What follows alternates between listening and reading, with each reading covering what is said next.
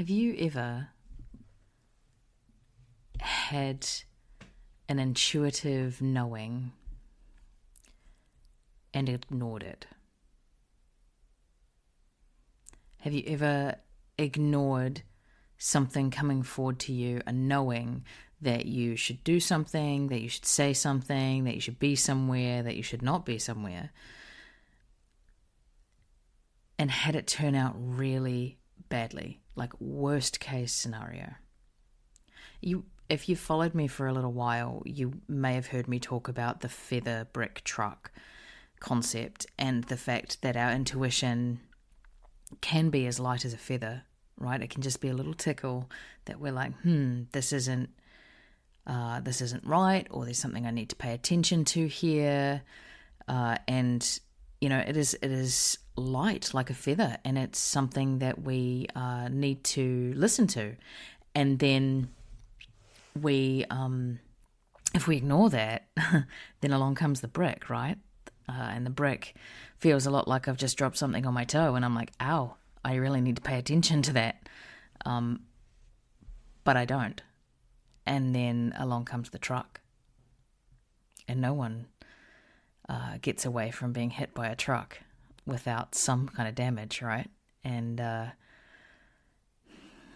there have been times in my life where I've certainly been hit by the truck. Mostly when I was younger and less in tune with what my intuition looked like and felt like and sounded like, and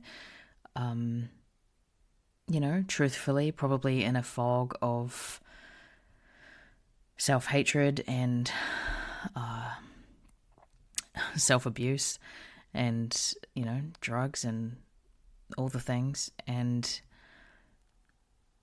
there are times where it has worked out worse than the worst case scenario I could imagine. And what I have learned is that it's not actually enough to learn how to hear your intuition earlier, or how to listen to those nudges or acknowledge those nudges or do something about it earlier. We also have to forgive ourselves for not having learned that lesson sooner. And that is the part that I struggled with for many, many years. I knew that my best friend was dead before I even heard that there had been anything go on. I knew it. I knew it because I heard him. I heard him tell me that he needed me, and I heard him tell me that I should ignore the fact he wasn't answering his phone, and I didn't. I didn't ignore that. I took that as, he's busy, I'll talk to him tomorrow, it'll be fine. Except it wasn't.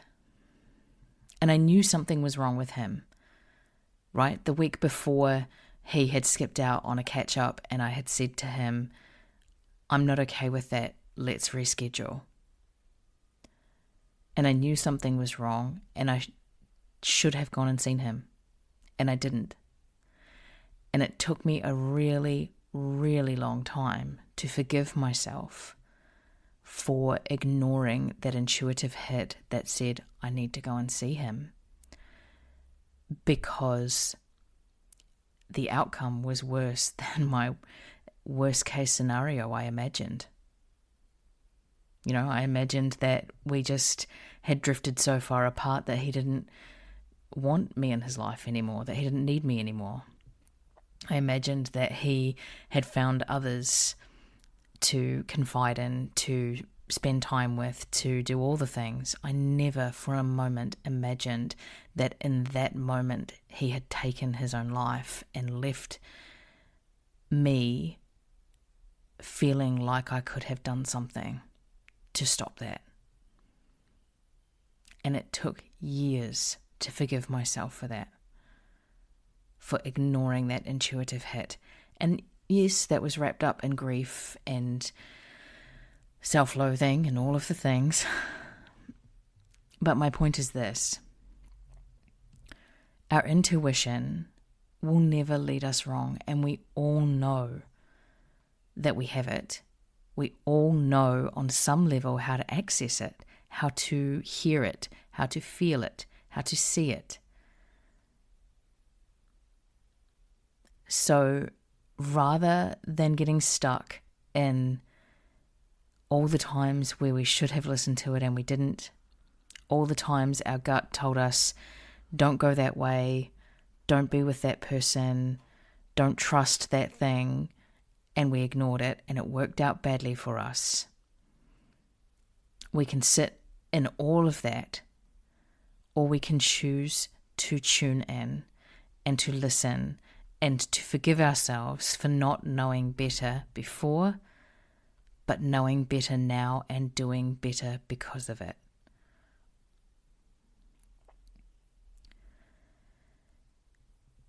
I think for a long time, I ignored my intuition because my intuition told me that I was worthy and I was lovable and I was valuable and valid, and every other aspect of my life told me that that wasn't true. And those voices I allowed to be louder. And through the years of fog, of feeling unlovable and unworthy and like I didn't belong, there was a single light. Someone who shared their journey with me and someone who showed me that all of those voices weren't valid and what they were saying wasn't true. And that voice helped me find my own. Helped me find my own voice, helped me find my own intuition through all of that fog. And I want to encourage you, if you cannot find that for yourself, if there is a reason why you have chosen to switch off from that, don't get stuck in feeling shit about that. Don't get stuck in feeling like you have made things harder for yourself or, been somehow deserving of hardship because of it. Be in the space of, I can do better. I know better. I want better. And then go after it. Tune into your intuition and listen to where it will take you. And forgive yourself for all of that other stuff. Because on the journey of life, it has led you to where you are now. But where you are now is the leaping point. And where you are now is the point where you can say, from here, I have the power. I have the loudest voice, and I'm going to use it. It's not easy. It's not easy, and there are times when it is deeply uncomfortable to do that. But it is so worth it, and you are so worthy of it.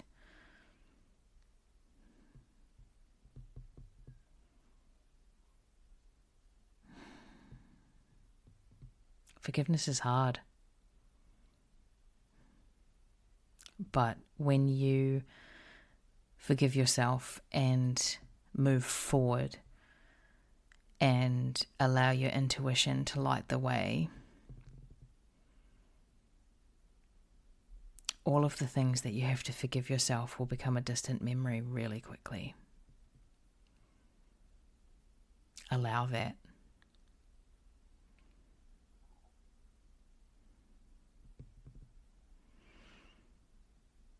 Be gentle with yourself and be kind to yourself about the fact that you didn't do it before now.